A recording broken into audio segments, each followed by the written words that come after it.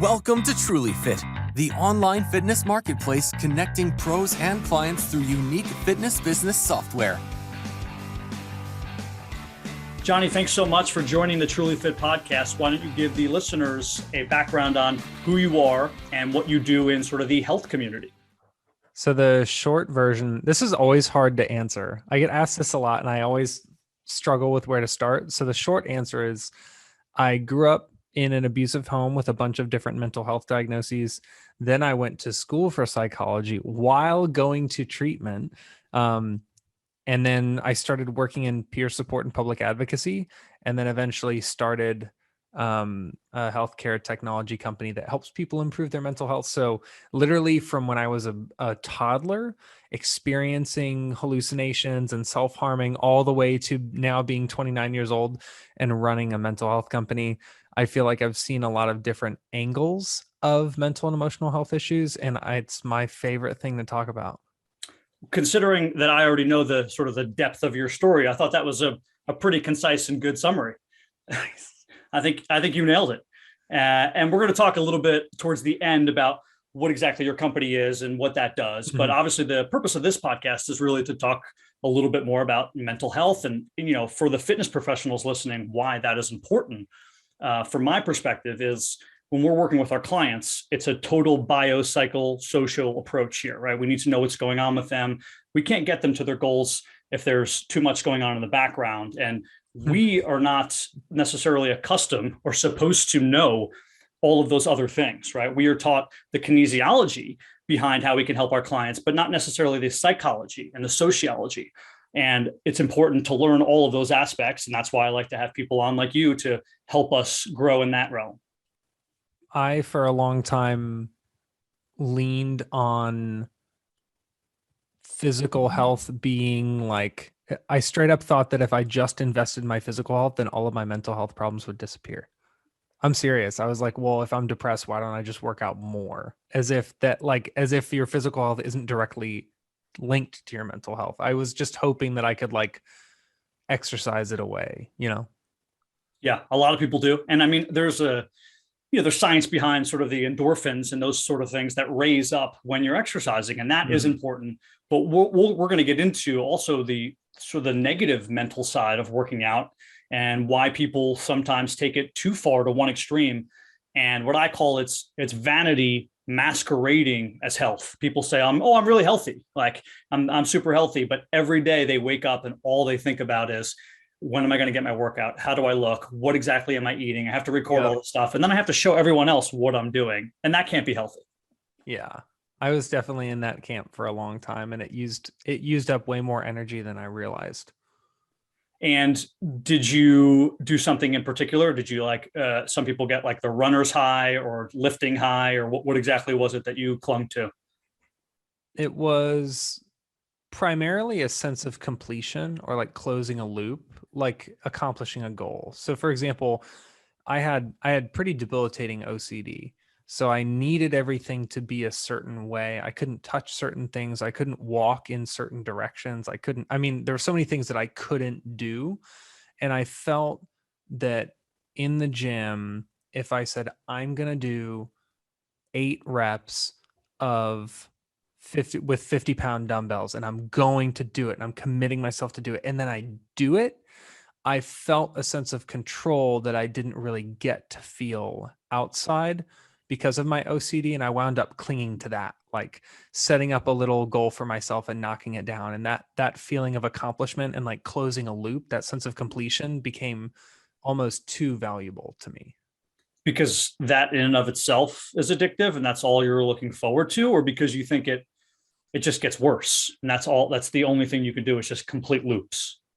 Well, part of the problem too is that I really didn't feel strong. So like I was in an abusive environment, so I felt very weak in that setting.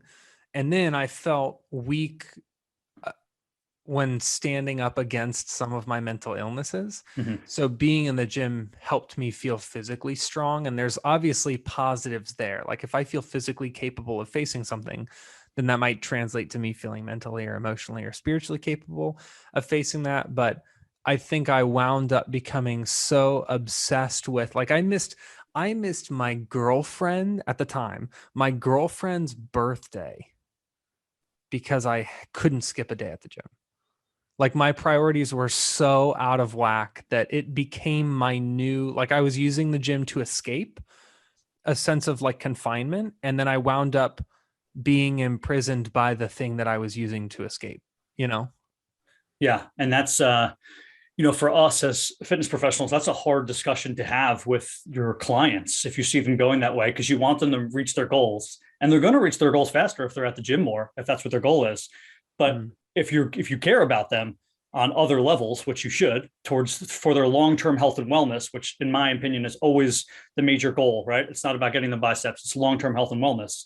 Then sometimes you have to pull them back and say, hey, you're taking yourself out of all of these other important areas of life to make your goals, which in turn is hurting your long-term health and wellness. I was doing, for a long period of time, I was doing 3 hours a day, 6 days a week at the gym. And then I would do, on my 7th day, I would do some kind of physical activity like walking or something. But I was doing 3 hours a day, 6 days a week. And it was severely affecting like my quality of life. And I was also the problem was I was struggling with body dysmorphia at the time too, and some pretty serious bulimic tendencies. So I was like, no matter what I would accomplish at the gym, like it was constant goalpost moving. Like what I just said, like I'm going to do 8 reps with 50-pound dumbbells. And then once I did that, and then I did it again the next time I went to the gym, then that third time I'd be like, all right, what's next? Do I have to hit 10 reps? Do I have to go up to 55? It was like I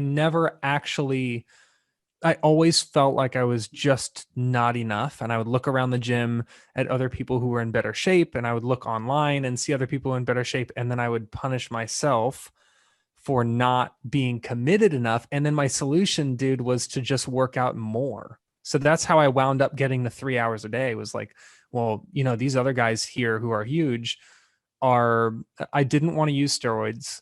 And I was like, I guess my only option, this was very novice thinking, was I was like, I guess I just need to work out way more. And that didn't help me.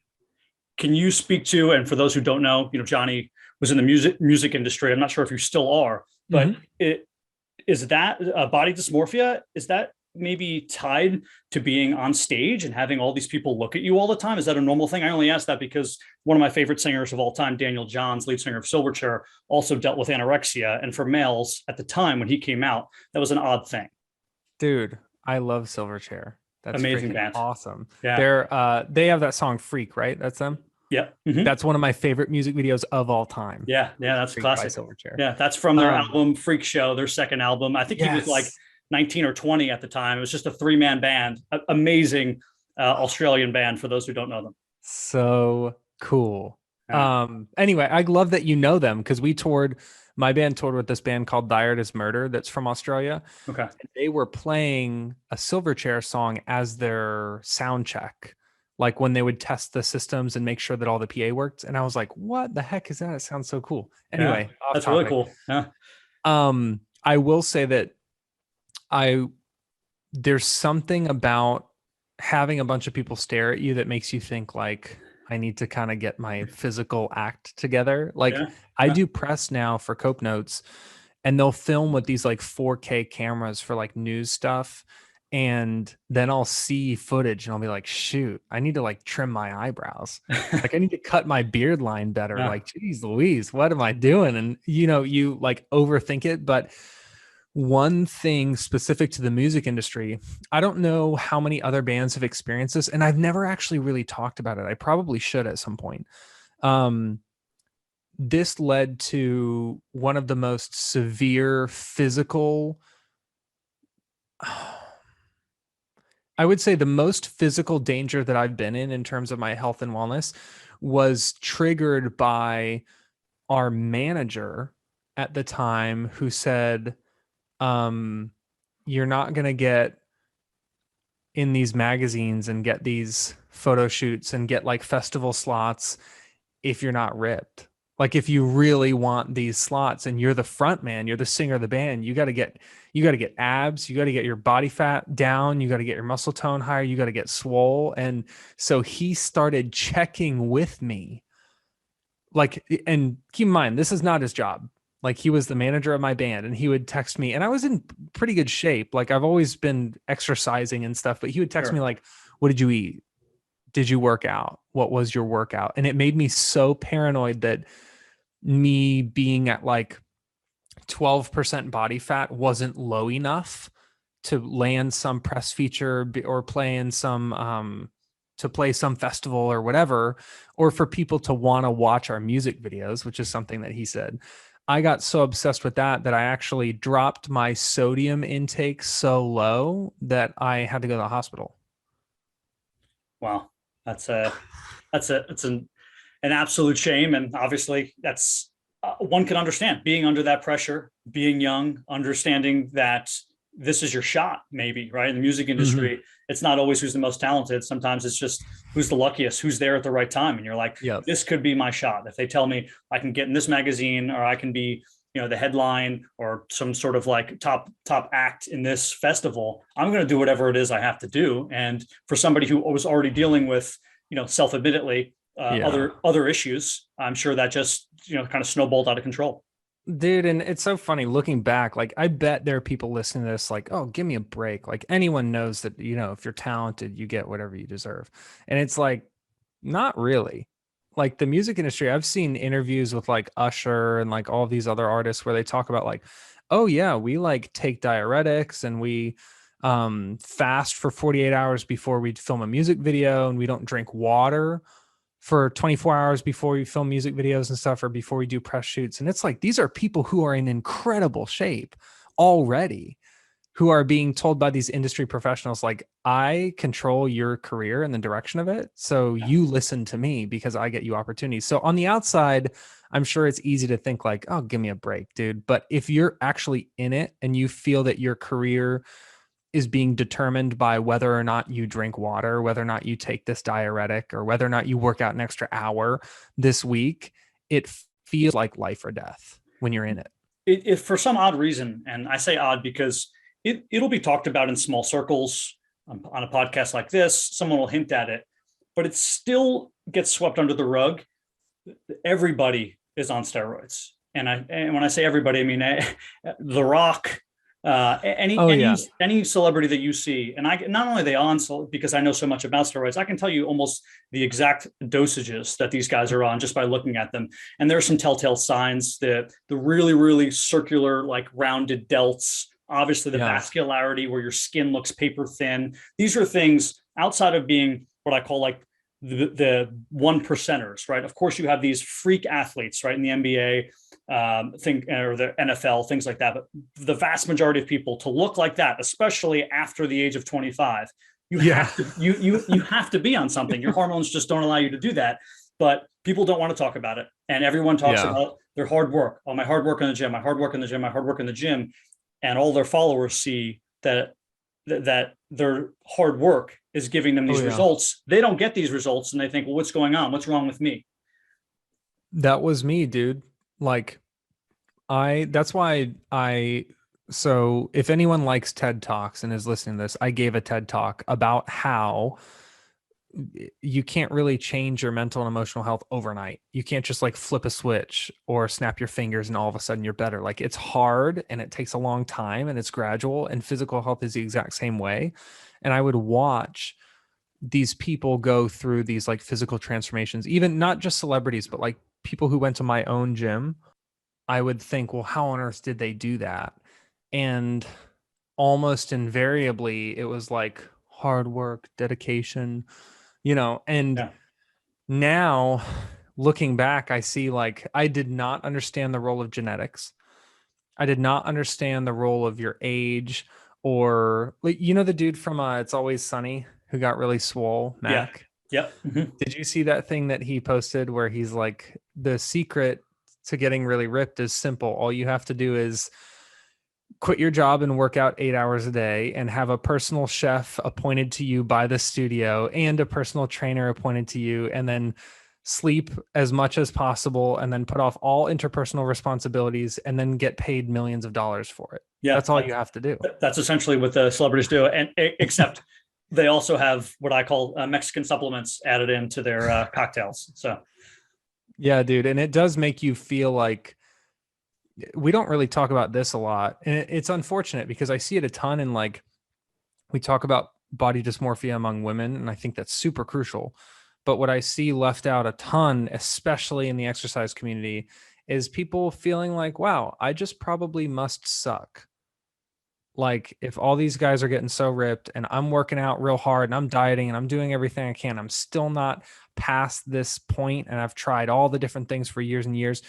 The solution, or the conclusion in most people's minds, is not, well, maybe it's just not in my genetic cards, or maybe this shouldn't be my top priority because I have so many other responsibilities in my life or relationships that I want to maintain. It's usually, I suck. Yeah. I think another, to add to that, that's a great point, is there's a lot of people who actually do have those genes and they are working really hard, right? I'm not discounting those people, but when those people come out and say, all you have to do is also work hard, what they don't understand, why that's so naive, is that, Johnny, if I pinch you and you pinch me and we both assume that we're feeling the same pain, we're wrong, right? I don't know the level of pain that you felt, right? I don't know. And that's the same thing. If you have a brother who dies and I have a brother who dies, I don't know the level of pain that you are in psychologically, and you don't know the level of pain that I'm in. And those are sculpted around combination of genetics and life experiences and all those things. But for those people who say, all you have to do is work hard and you can also get big, that's just not the case. Physically, we're all very different. And some of us can simply not get to where the others can, regardless of hard work. Dude, my this was maybe 4 years ago or something. I got my body fat lower than it's ever been. My body fat was down to 6.9%. Wow. It was like super, super, super low. And I was dieting like you would not believe. Like depriving myself of literally anything I ever wanted, intermittent fasting to the extreme, doing just a ridiculous amount of training, and sacrificing a lot of my quality of life in order to get there. And I'm not joking. I looked almost exactly like I look right now. And I don't even know my body fat percentage right now. I don't own a scale anymore because of like how unhealthy I used to be with all that stuff. I don't measure my body fat. I don't weigh myself anymore. And if you were to put a picture of me when I had my body fat super low and was breaking my back to train and doing everything that I could to get in super good shape, and a picture of me now next to each other, you probably wouldn't be able to tell the difference. And that's because I met with this like exercise scientist, and I was like, what is the problem? I'm at 6.9. This is ridiculous. Why don't I have abs? Basically, that was my whole issue. And she was like, well, imagine if you have 7%, imagine if 7% of your body is fat, 7% of your body weight is fat, and you store most of that 7% on top of your abs because your family is Native American, because your family is European. And that is historically where those ethnicities stored body fat due to like survival, like protecting vital organs because of harsh winters or whatever. Yeah. It's like, you could get your body fat down to 5% and still not see abs because that's where your body's storing fat. And you can't change that. And I walked out of her office, and because she was basically like, she didn't say this, but the vibe that I got was like, just shut up. Yeah. Like, don't worry about it so much. Like, why is this such a big deal? And I walked out and I'm like, holy crap. I've been chasing this thing without ever considering that maybe it's not the most important thing. Maybe it's not worth what I would have to sacrifice to achieve it, you know? Totally. Allison Jackson, who's on this podcast, she's a fitness competitor. She has her pro card. She talked about how she'll have moms and people her age, she's in her 40s, message her all the time, be like, how do you look so good in your 40s? She said, I look good pre-competition, but I feel like crap. Like, you don't want to do this. Like, I'm like, this is my goal because I want to get up on stage and win a prize. But it would be, it's like to run to not literally, but it feels like you're running marathons all the time. And your body's beat up. And Yeah. she's trying to describe to these people, yeah, it looks good in pictures. I'm smiling on stage. The second I'm off, that there's a frown on, and I can't wait to go eat something. And this is just a short-term thing that I do for my body. And, speaking to what you just said, the difference between someone having 9% and 5% body fat and the quality of life that you could potentially lead, right? That's what you also have to look at. Do you really want to make all of these major decisions based on vanity when you can leave a much more healthy lifestyle, having a little bit more body fat and not, again, being obsessive compulsive and having potentially mental, breakdowns due to the obsession of vanity. Dude, the competition thing makes me think of I don't know how good of an analogy this is because I'm just making it up right now. But when I tour, I sleep in a van. Okay. We sleep in a 15-passenger van. And that's where we sleep. We sleep in parking lots, dude, in a vehicle. And we shower at gas stations. And we have a UFit membership, or Planet Fitness, I mean. So we stop in a Planet Fitness in every city to shower. Yeah. And that's the way that all our stuff is in trash bags and backpacks and stuff. It is an extremely unglamorous lifestyle, and you're away from your friends, you're away from your family. If you have a girlfriend, you're away, you're paying rent in an apartment that you don't even live in. And yet after the show, they come up to you and go, "You live the best life ever, John." Yeah. And you're like, dude, I'm not lying. Those 30 minutes on stage were some of the most fun 30 minutes of my entire life. Sure. You get to see that. And imagine if somebody said, well, I don't know why I'm not, I'm sleeping in a van every night. All my stuff is in a trash bag. How come I'm not where you are? And you're like, dude, first of all, you should really only be doing that stuff if you are here's my point. Most people should not do those things. Yeah. It's not without sacrifice, right? It's major sacrifice in order to get to that short-term goal. And it's not for everybody. And it's the people who only see the glamorous side, who only see Johnny on stage for 30 minutes with the biggest smile on his face.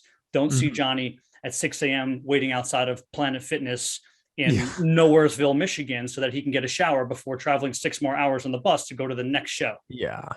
And it's not to say that certain things aren't worth sacrificing for. It's just at what point does it cost you more than it gives you? And I think if you are a competitor who's let's say your entire life, your income is tied to winning competitions and sponsorships for fitness modeling or whatever, maybe you can devote a totally different level of sacrifice so that it pays you back enough to justify it. But if you're just someone like me who does not have a job in the fitness industry, who does not depend on it for income, then there's probably no reason why you should be working out even half as much as someone whose entire life revolves around fitness. If the reason why you're doing it is just so you look awesome, but your career is not dependent on it, maybe try to find something else to care more about, which sounds kind of dismissive, but the only reason that I'm happier now is because I think less about my appearance. And I am so much happier about the way that I look. I'm sure I was in better shape before, but I feel better about the way that I look now, which seems so counterintuitive. Yeah. And it's all about balance. And like you talk about in the TED Talk, you're not going to get from 0, if 0 is being in very bad mental health shape, to 100 perfect, although there is no such thing as perfect, and in a snap of a finger, right? There's a building to this process. In order to do it effectively, it really has to be done slowly. And that's the same thing physically, right? You don't want to go from 0 to 60.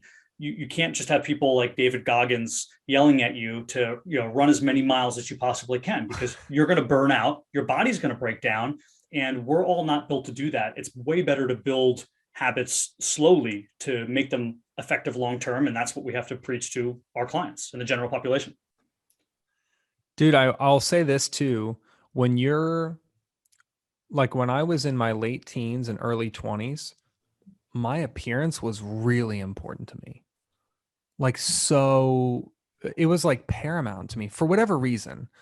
And as I've gotten older and realized Oh, I have like nieces and nephews, and beaches are a thing, and mountains are a thing, and there's great music out there, and delicious food and awesome people to meet. And slowly my physical appearance is moving down my ladder of importance Yeah. as really important things are populating those like my top 10 slots. So it's not that I care less about like fitness and being healthy. It's that I care more about people and places and experiences and other types of growth that aren't directly tied to my appearance. And it's kind of freeing. Totally. And then listen, that's a fantastic point, because I feel like it's hard to tell people that, because I don't like to be like the person who talks down to younger people. No one likes that, but you almost want to just grab them sometimes and say, I know you think this is important right now, but this is not going to be important for you for 10 years. And what you're doing now is going to hurt your goals in 10 years, because there's this is a whole nother conversation. We don't have to go down this road, but there are even a lot of exercise types that I would consider dangerous is the wrong word, but over time you're doing damage to your body, right? You're inevitably, if this is just a fact, if you're putting 500 pounds on the squat rack and squatting what we call ass to grass, your joints and ligaments do not grow at the same rate that your muscles do, right? Your muscles are tied to hormones, joints and ligaments are not. So your ligaments are not working in the same manner. And we see this in pro sports all the time. We've never had more injuries, more doctors, more orthopedic appointments, more orthopedic surgeries in the history of mankind. And we're supposed to have the best medicine and the best doctors. Well, why is that? It's because people are continuing to put more weight on the bar and do harder and more difficult things. And they don't understand that your body, there's a number, right? There's a I don't know what it is, but there's a number of times. It's just math in which you're not going to be able to do any more of this movement. Your body says no more. And until that's ingrained into people's heads, I don't know what's going to change, but I hope it does. Bro, to put this in perspective, when I was in high school, I was 185 pounds of muscle. And I was so wide, like my shoulders and chest, I was so broad that I was like uncomfortable in car seats. Like, I'm not joking. Yeah. I had and I'm in high school, dude. And I leg pressed 1,000 pounds in high school. Yeah. I was like all about bodybuilding. Like, that's all that mattered to me was fitness, fitness, fitness. And I blew my knee out on that leg press. And it slowed me down. And then a few years later, whatever mentally that drove me to that point still existed because I hadn't dealt with it through therapy. Yeah. So a couple years later, my knee is healed and I go right back to those same old behaviors. Like my patterns wouldn't change until I really started digging through the mental and emotional, like, why do I feel like I need to lift this or look this way or accomplish this in order to be valuable or important? And without addressing those things, I'd probably still be behaving that way today. I kind of want to ask you a little bit about that. So, what are and I know you're not a physician and you're not talking as a physician. That's just your experiences with your company and your life.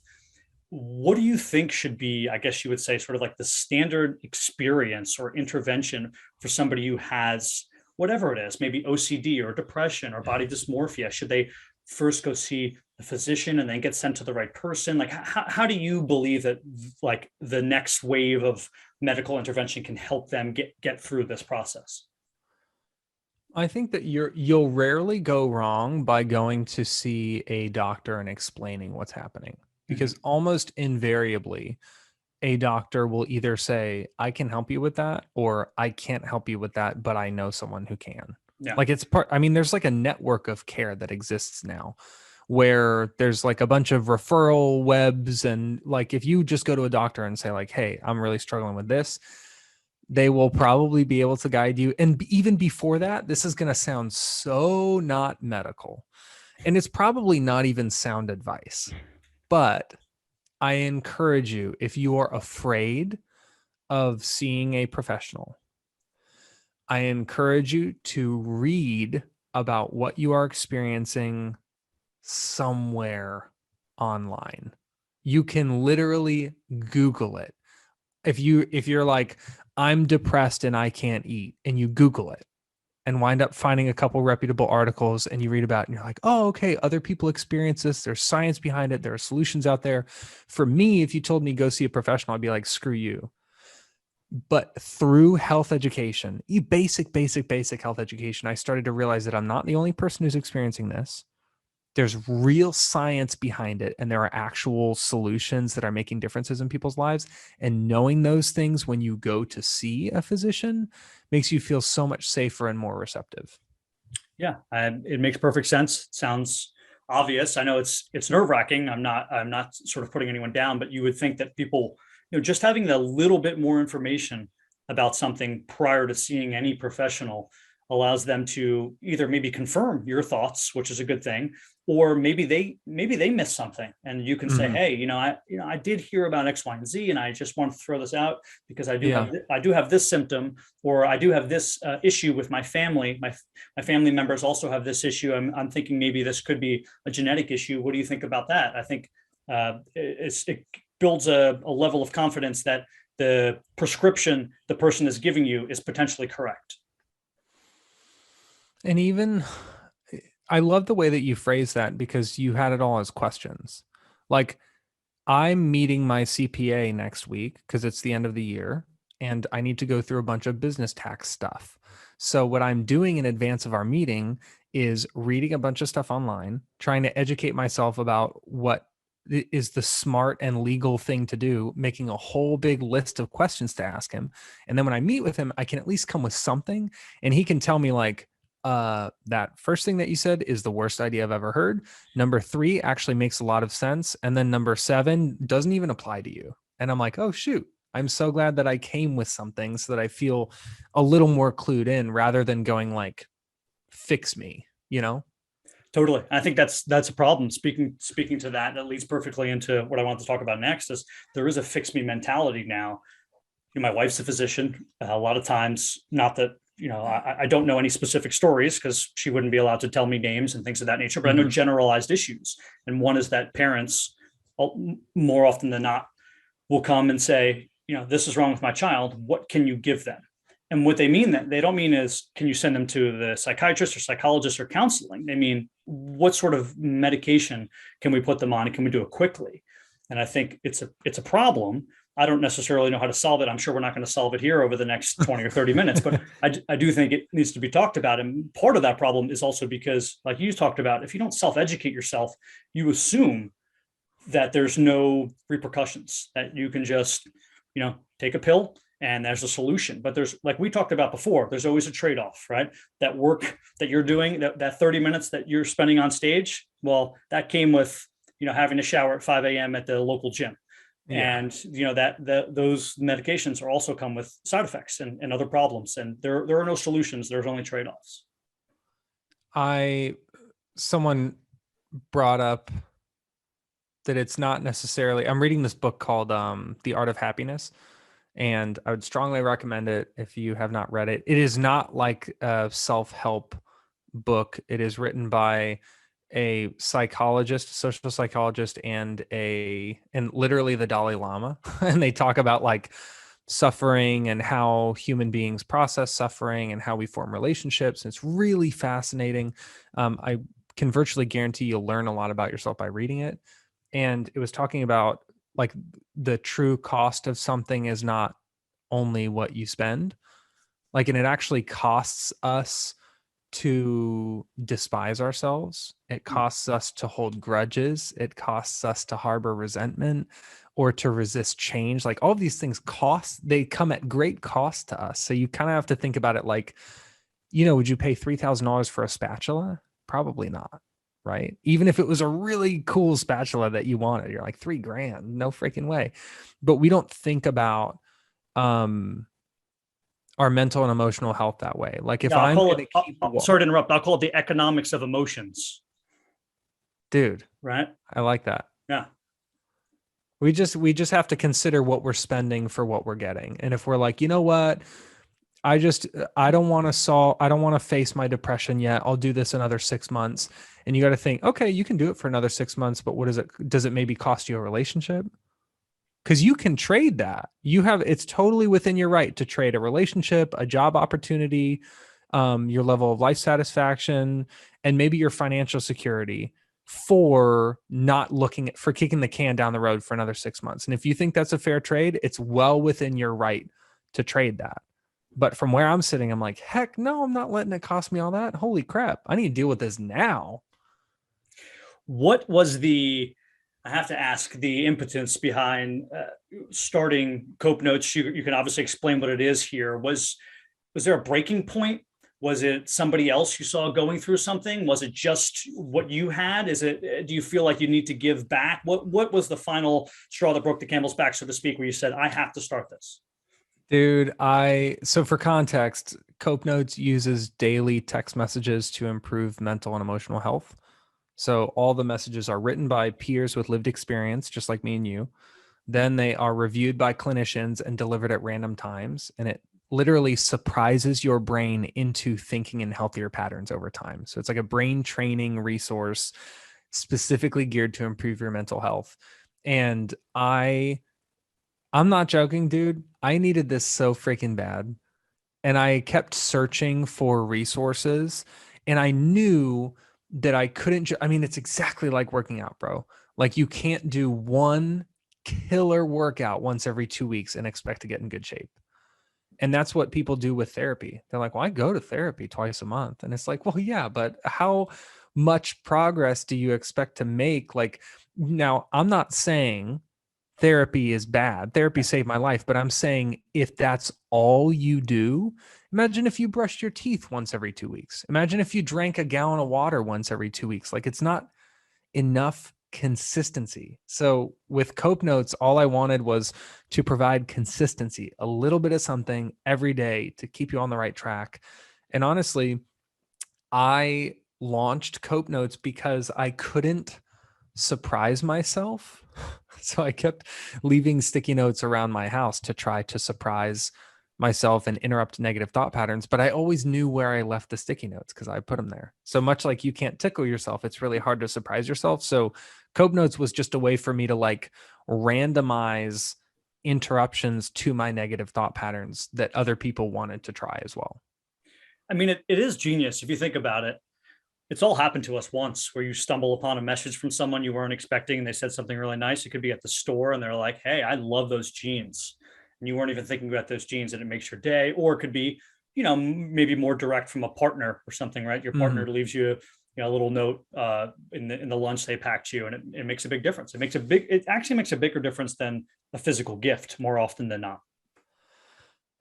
The value of an interruption is difficult to explain, because it's kind of like pretty much everyone I know is like driven past a billboard where they're like, whoa, I feel like that billboard spoke to me. Or like they turn on shuffle and it plays this song that makes them think of their grandma on the anniversary of their grandma's death, or whatever happens. We all have moments like that, but we can't schedule them for ourselves. And actually the interruption is the important part. If we're talking like on a neuroscience level, you can't just say like, it's not the same to say, well, I know that I'm in a negative thought pattern and I'm going to engage with some positive content to pull myself out of it. Now, you can do that. Sure. And that does help. I do it all the time, but it's not the same as something else interrupting you, because you won't always have the initiative to break that negative thought pattern. Sometimes you really do need something outside of yourself to kind of slap you on the back of the neck and be like, hey, how about thinking of it this way? And you're like, oh shoot, I didn't even realize I was in like a negative thought spiral until you interrupted me. Yeah, we're all not the Dalai Lama. We're not the masters of our emotions yet. We can't just snap out of bad thoughts and into meditation. It's good to have assistance. And that's exactly what it sounds like Cope Notes provides, is assistance in that journey. And let's be honest, the reason we can't see counselors or therapists more often. Number one is financially, but number two, they don't have the time. There's not enough of them. It's a problem in the industry. If you try to get booked with, let's say, a psychiatrist, those are the ones who prescribe medication, and you're a child, good luck. You're on a 4-month waiting list. You try to get into a psychologist, a little bit easier, a counselor, a little bit easier, but a lot of times they might not be covered by their insurance. So what do you do then? So to have something that is much cheaper and still providing the value for you during that interim period, like Cope Notes, seems to be well worth it.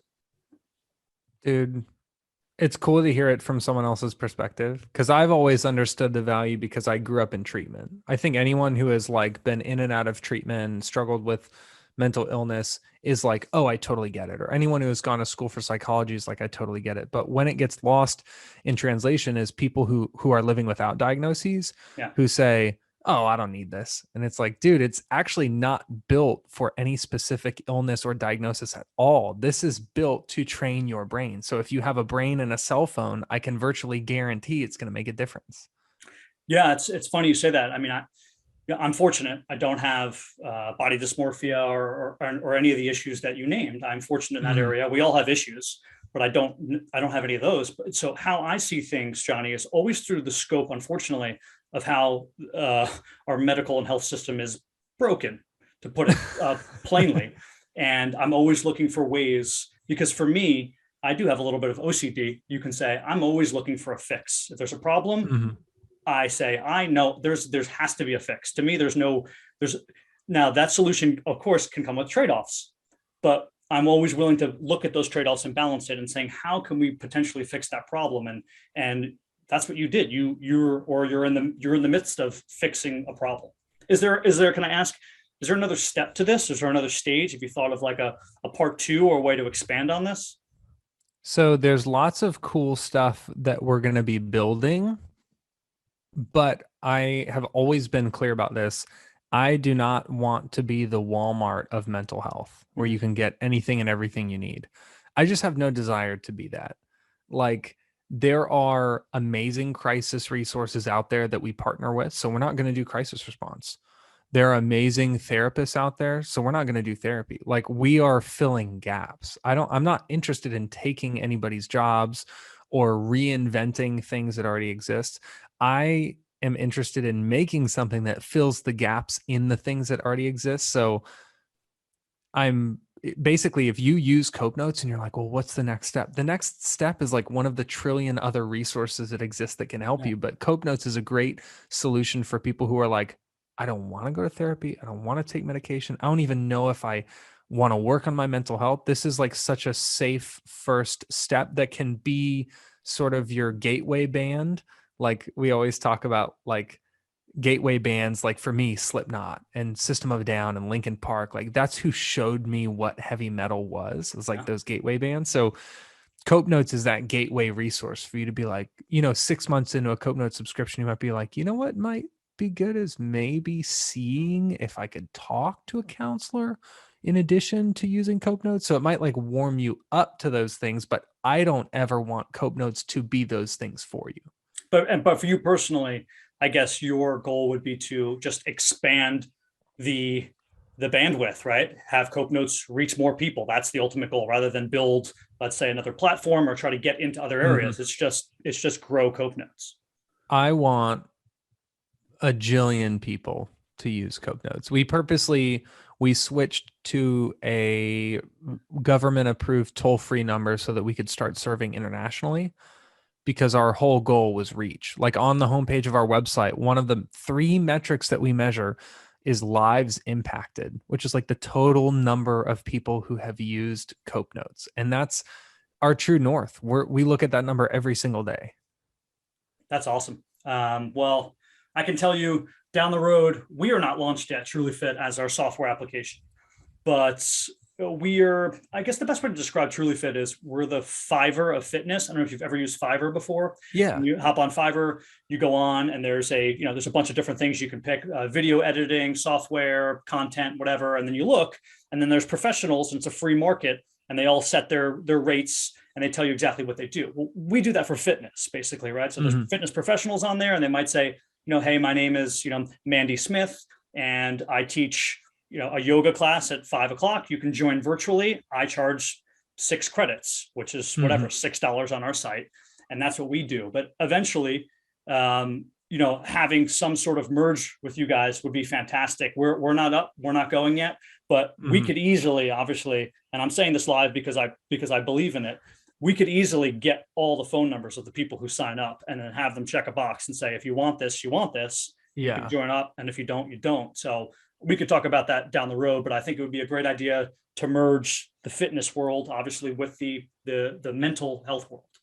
Dude, I can honestly say too that when I was talking to my buddy the other day about how your mental and emotional health so directly affect your physical health, like your ability to lift and even your body's tendency to like cling to water and fat and your body's cortisol production. Sure. Like all of these things are tied to how we feel. So for years and years, I was hoping that if I just focused on my physical health, that all my mental and emotional stuff would kind of go away on its own. But actually I've found almost the opposite, where like the more I focus on getting mentally and emotionally healthy, the more I enjoy exercise, the more I enjoy true balance in my training regimen and actually enjoy rest. I enjoy eating foods that maybe aren't the healthiest, but are super delicious.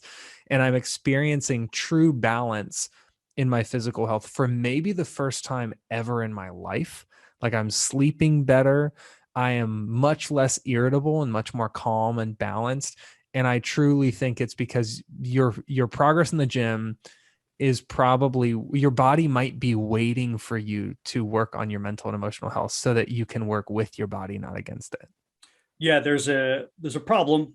I've dealt with it for a long time. I'm just starting to kind of get and find the right zones here, but we assume that our baseline is optimal, and that's not always the case, right? You only know what you know. So you think between your sleep and your genetics and your biochemistry and the food and all these things going on that, this is just how good I feel at 9 a.m. Well, no, that's not the case, right? You can optimize those things. You can improve in all of those areas so that you feel in a way which one could not even describe in words because you just haven't felt it yet. And that's the ultimate goal, is to have that wow feeling. And sometimes you need, if you've already tried everything else, right? If you're saying, I'm going to the gym longer, I'm increasing my diet. Well, it's probably on the other end of the health spectrum, which is the mental health spectrum, to get you to that optimal level. Yeah, I look back at younger me who's training 3 hours a day and frustrated at my quote unquote lack of progress. And I think, what do you think is going to actually move the needle? Is it 4 hours a day? Is it 5? Is it 6? Like at some point you have to think like, maybe it's not more of the thing that I'm doing. No. Maybe it's something entirely else that I am neglecting. Who would have thought? Novel concept. Well, Johnny, this has been a wealth of information. It's been fantastic. Why don't you give the listeners a resource or multiple resources on where they can find everything about Johnny Crowder and Cope Notes? Yes. So johnnycrowder.com is like my speaking stuff. Copenotes.com is obviously the Cope Notes stuff. And we do have gift subscriptions. We get that question a lot. Like, well, can I buy one for like my spouse or my coworker or whatever? Definitely. We do have those. And then if you are a YouTube person or a TED Talk person, if you just search on YouTube, Johnny Crowder or Johnny Crowder TED Talk, you will find it. It's called How to Grow as a Person and Why It Sucks. So I try to be pretty straightforward about that stuff. And then I'm on Instagram at Johnny Crowder Loves You. And then I'm on Facebook and LinkedIn. So I encourage you to reach out and connect with me. And if you didn't listen to anything I just said, you kind of zoned out, just go to copenotes.com and it has everything you need. It was a great TED Talk. I recommend it. Give it a listen. My guest today has been Johnny Crowder. Johnny, thank you for your time. Heck yes, dude. Thank you.